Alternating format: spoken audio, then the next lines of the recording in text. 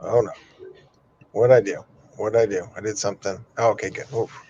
Screen went blank for a second. All right. Hey, we are live. We are not back. It feels like I'm just getting back from Thanksgiving. So my time is very skewed right now.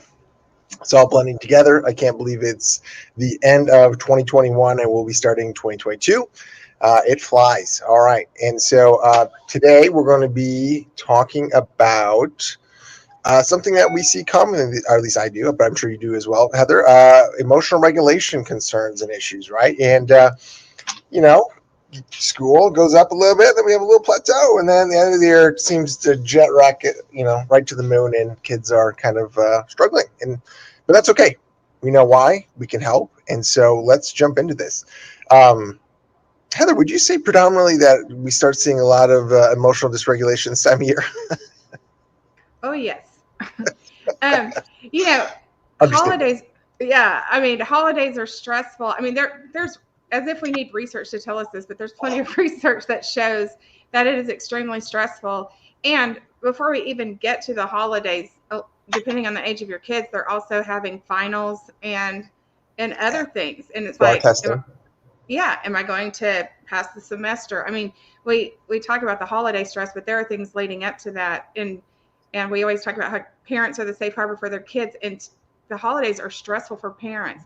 There's so much pressure that sometimes we put on ourselves to have the perfect holiday, and what if I Yep. can't afford the gift they want and people are sick? I mean, and so then they feed off of that, not to mention all the sensory overload, changes to the routine, not knowing what to expect, predictability, and so on. Yes. Okay. So, two things I think we should talk about right here that play a massive role in emotional regulation. Sensory overload. Let's jump into that. If you're not overloaded as an adult, maybe with no sensory issues, I don't know where you live. I want to move there because there's lights everywhere. Things are blinking. Mariah Carey's every other song, and so it is so easy to get overwhelmed. And even if that's fine, your kids get overwhelmed, in which case, that obviously impacts you as well. So there's all this kind of demand on your sensory system. And so, yeah, this is a huge part of this year, right? Is the sensory overload. Oh, for sure.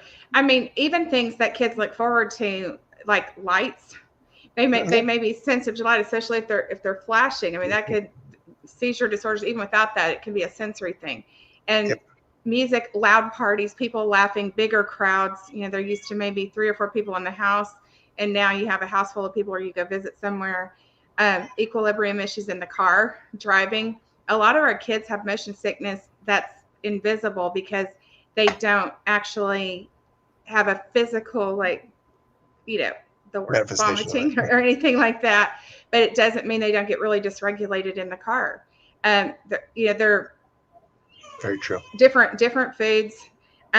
This is a new outfit. We talked last year about have kids wear, test outfits first, no matter how cute it is, to make sure like any tactile, spinal galant things aren't getting in the way there. There's just so much newness, so much overload.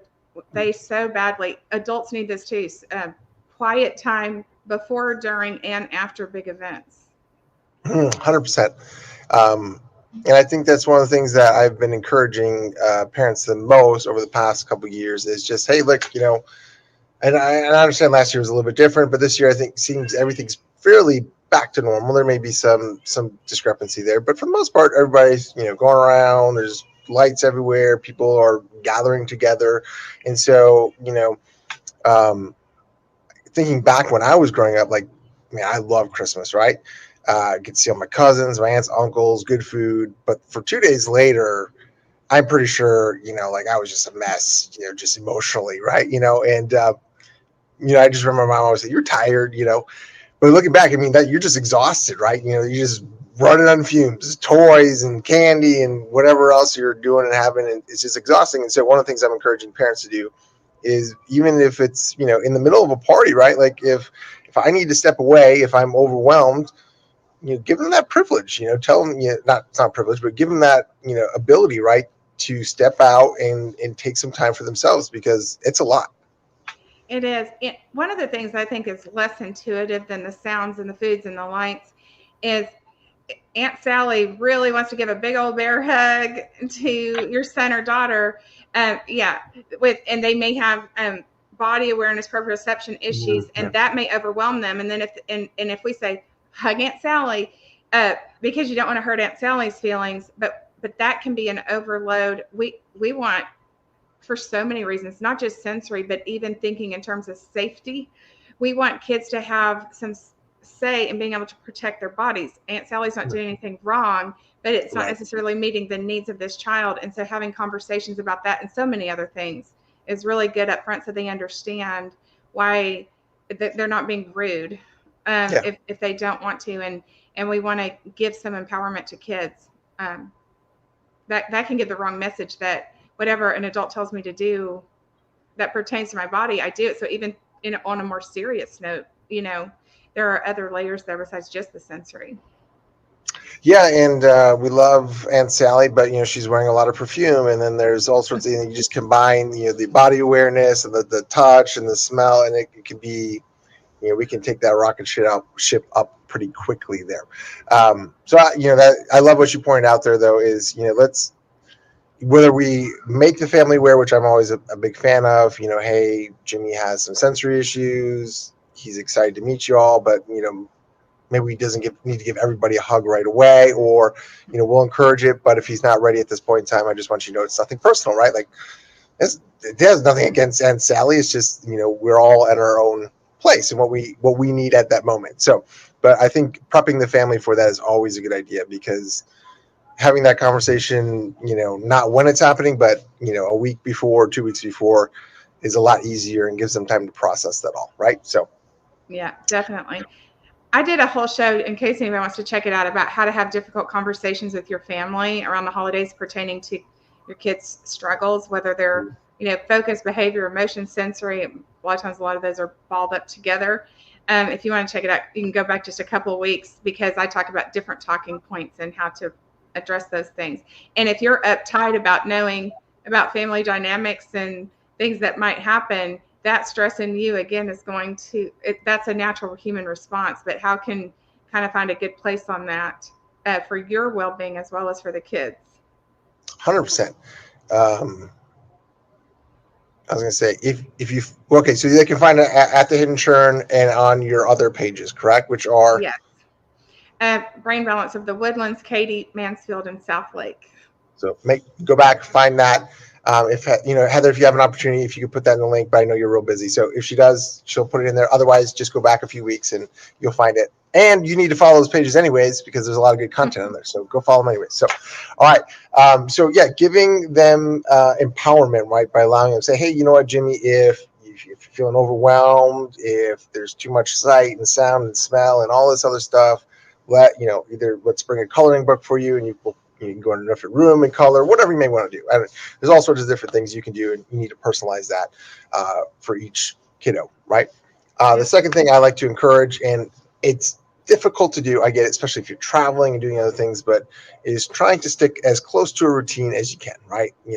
If the kiddo typically goes to bed at 7, but because of parties, we're going to bed at 11, woo, that's going to throw everybody off a little bit, okay, including yourself. So, just trying to maintain some sort of routine as close as possible. I get it. Look, we're traveling, so, there's things that we're going to have to adapt and change, but routine is good. Yeah. And having dress rehearsals, kind of reviewing multiple times. The days that are going to look differently, it gives their minds time to prep for it. Give them say. I am such a huge fan of family meetings year round, but what a great time also to do them, even if you're not used to doing those. And talk about which family traditions each person values. The kids get a voice also. There are some things we do just because. Traditions are very important because they help create a sense of security and belonging. They're very important for emotional regulation, but sometimes those change over time. Sometimes we do those just because we assumed everybody in the family wanted to, and it's not really, people don't find it meaningful any longer. There are times there might be a new tradition that you want to start this year, but as you do that, you can kind of prune away things that you're doing that are busying the schedule and making everything frenetic, that are just because, and not because they're valuable for your family and your values. 100%. And so that kind of touches on to the next point that I want to bring up, and I think this is a very important part that we'll tie in traditions and Aunt Sally all into this is prediction, right? Like since in who Aunt Sally is, and in traditions too, like predicting what we're going to be doing, right? Because maybe we don't understand the why behind this tradition. So walking them through the tradition, walking them, through who may be there, where you're going, maybe the clothes that ideally, my mom we all had an outfit that all looked the same, but walking them through that, right? Like this is what we're going to wear, so that there's not like a big surprise for them. Mm-hmm. Yeah, and aside from like this sort of going over the schedule multiple times leading up to it, is if there are specific scenarios, like I know my son just might get along with this particular cousin, talking through those things, reading social writing, and then rehearsing a social story or reading social emotional books, and then having conversations where you actually act out certain things that may sound silly, but it works. And then when they face that scenario, you've already worked on problem solving and what are some ways to handle not just self-regulation strategies, which we've talked about in several previous shows, but also talking points, conversational points. How do you think you might feel when that happens? Okay, what can we do? So yes, you want the self-regulation, but you also can teach social skills and how to sort of collaborate and come to ways of handling things that work for everyone as much as possible. Sorry. On my laptop, we got a phone call. Apologize about that. We have several people watching, so I want to know, are there any questions out there? Because actually, we have quite a bit in here, and sorry, there's 10 minutes. This is, people are watching. There has to be a question out there, so let us know if you do have one. But prediction is a big one, and I'm already seeing, I've been talking about this for a few weeks, but definitely kids are struggling with prediction, and just everything that's going on. Like, we have Christmas plays, and we have, we're doing a Christmas party early, and then, all this other stuff. So there's a lot going on, and getting ahead of that and kind of explaining what's happening, what we're doing is big. And parents are telling me, hey, look, I'm so glad I started doing this, because last year we were having all this trouble because there was just, everything was different, right? Our whole prediction was way off, right? Especially for older kids. Like 2-3 years ago, they had traditions or things they were doing, and then last year is all kind of a mess. And so getting them, having them participate and knowing what's going on, and asking them, which I love, Heather talks about that all the time, asking them to participate in planning some stuff, right? Or involving them with the creation or the development of the tradition really just empowers these kiddos, and they love it. Yeah. Another thing that parents are probably doing anyway, but there may be a bit more intentionality about it if you have kids who struggle with emotions and behaviors, is to really, we've said before that kids with ADHD, but you could apply this to a lot of other things. The research I've specifically seen is on ADHD.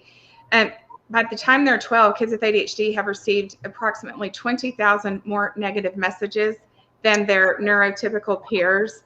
And so pointing out, brag about them in their earshot, talk about good things within them so they hear you being their cheerleader, and then you're also giving them a reputation to live up to. But don't just make stuff up, obviously, but there's plenty. All of our kids have tremendous strengths. They're doing a lot of things right, and sometimes the loud, noticeable thing that drops jaws are the things that are negative. But think intentionally about what those things are and bring those up, not in a defensive way, but helping shape how some of the relatives who don't understand, they think this is a choice or bad parenting or lack of discipline. You're really helping shape the narrative in a very non-confrontational way, and you're building up the self-esteem of your child at the same time. And another thing I really like is think about what their interests are, your kids, and maybe if they're artistic, like, hey, I want you to be the family journalist or the family photographer and take pictures and have them work on creating a scrapbook. And that could be something where they go around, take pictures. It gets them out of uncomfortable situations, but they also have a very productive thing they're doing where they're moving around, getting an energy release, using their creativity, anything they're doing, fine motor, drawing, writing under the picture. All of those are fine motor. Doing fine motor tasks is self-regulating. And you're helping them create a personal narrative. They're really understanding their place in the family more. So it's meaningful on so many levels to think of a project they could work on as part of that holiday that's special for them. Love it. Yeah. One of the things that we have our kiddos do, and is we just have them make their grandparents gifts every year. So obviously, there are some gifts we'll purchase, but from directly from Chet and Tinsley, it's always a gift that they made, whatever that may be, and so they love it. Like it, they're excited about it. It gives them. I don't want to say purpose. That's not the word I'm looking for, but it drives them, right? Because they want to make this pretty for grandpa and grandma, or they want to, add their own flair to it. Sometimes that causes a little bit of conflict between the two kiddos, but overall they love it, and they're excited to go there, to be part of it, to show off their gift, right? And so having them create their own kind of unique, whatever it may be. I mean, I have wonderful kids in here writing comic books, something I could never do, but they're writing it. But your grandparent or a dad or a mom, and they're creating you their comic book. That's cool, right? So encouraging to express that. Yeah, and I think this is my annual reminder. I just have to say this every year. One of the things that causes stress in kids and can also really lead to some confusion is when we use the Santa is watching you and talking about naughty and nice lists, because kids, we talked about rejection sensitivity and how there are so many neurodevelopmental issues that cause kids to have difficulty with their sense of self. So they think I'm a human doing, not a human being. I'm defined by a choice, an action, a behavior, an emotion, and that's just not true. And so several things about that are, it can break trust. If you don't behave, you're not going to get any presents. Is that really true? If your kids misbehave in that moment, does that mean they're not going to get presents? Now they might learn to not trust your word. It's a shaming thing. We don't ever want to call kids naughty, because we always talk about don't label a child with negative personality or character traits based on a moment in time or based on neurodevelopmental challenges. There are many, many reasons to not use the Santa's watching you as a behavior management technique.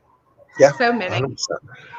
So many. I mean, I was a very well-behaved little girl, and I heard that so much that early on Christmas morning, I would go peek around. I wouldn't go look to see what the presents were, but I would peek to see if my stocking had presents or coal in it.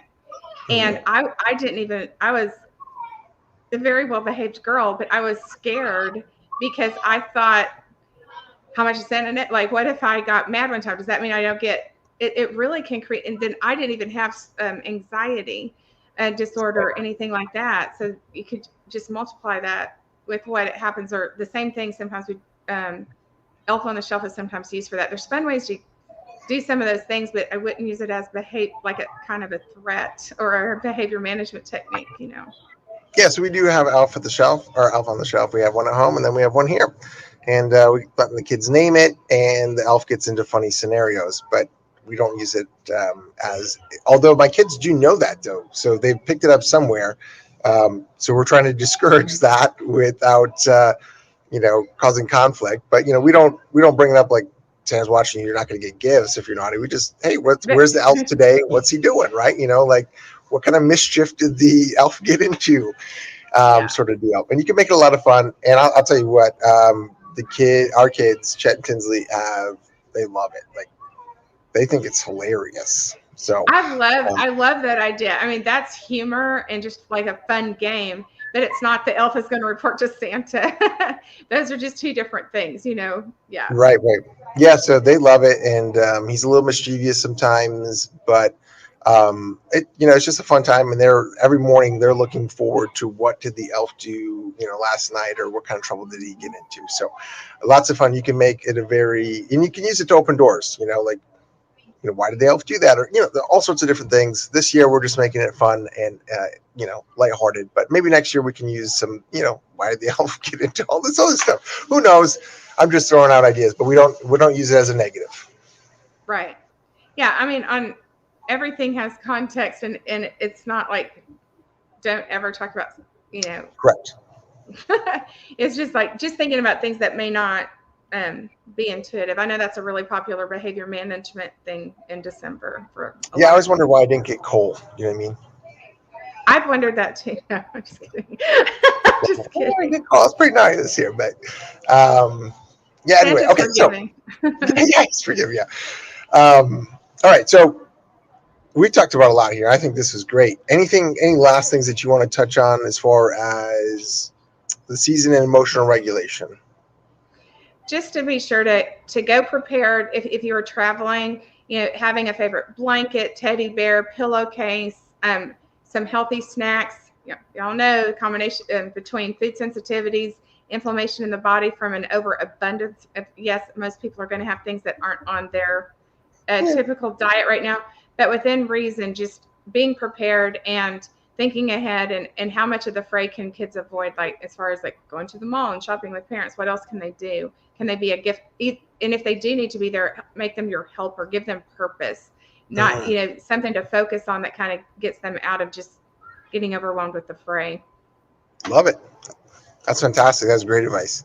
So plan, parents. That's the number one thing. That's what we all need to do, right? If we don't plan, then it's like when you don't plan dinner, then you're like, I'm going to somewhere you shouldn't eat, right? So just being aware, right? Like you can be ahead of this, and you can have strategies to manage this, right? Like the world's not perfect, and not everything's going to be perfect, but you'll have a game plan when things do go awry, which takes a lot of stress off of you. And also, if you're already prepped, then your kids will know that too, especially if you're involving them in things like that, and that's very, very important. All right.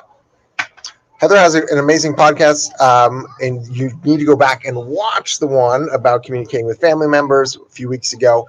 But you can find this podcast or her other podcast, right, on her other pages. It's Tuesday at 11, correct? Mm-hmm. That's right. And it's yep. And what pages are they on? At the Hidden Churn or Brain Balance of the Woodlands, Katy, Mansfield, or South Lake. I ask that every week, and there's always a moment where like I forgot everything just for a quick second. I've been there before. Like, excellent. So go follow those pages. There's great content on there. Great podcast. Like I said, I jump on there, always looking to learn new things, and so follow there. If you have any questions, or maybe you have a very private question you want to ask, please, private message us. If it's just a very generic question you would like to ask it, please put it in the comments. I don't see any right now, but we will see them afterwards. We're happy to answer those for everybody. And as always, if this could benefit somebody, a neighbor, a friend, a family members whose house you may be going to that may not understand, please share this with them. This is meant to be for you and your family and the families in our community. We want to benefit you and help you the most we can. So as always, Heather, thank you for everything you do for the families in your communities. We appreciate that. Thank you for your knowledge. And we will be back, one more week, right? We got one more week? 1 more week. And can I just let you know what I'm talking about on Tuesday? Because It's already been pretty popular and people are sharing it. But it is about preventing power struggles, why they happen, what underlies them, and what to do and how to teach conflict resolution. That's already been kind of really popular when we posted that yesterday. Ooh, all right. So apparently this is a must-watch one. So make sure you're there Tuesday at 11. If you do miss it, it is recorded. Okay, so it goes up on Facebook. Do you have it on YouTube or? Yes, I think most of them are going to YouTube. I haven't. Most people don't know that, but it also goes on Instagram usually the next day.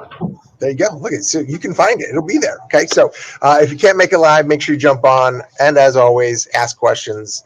I know Heather always jumps on and answers questions. So please do that. All right. We will be back next week. Thank you for joining us, and have a blessed week. We'll see you next week. Bye, everyone.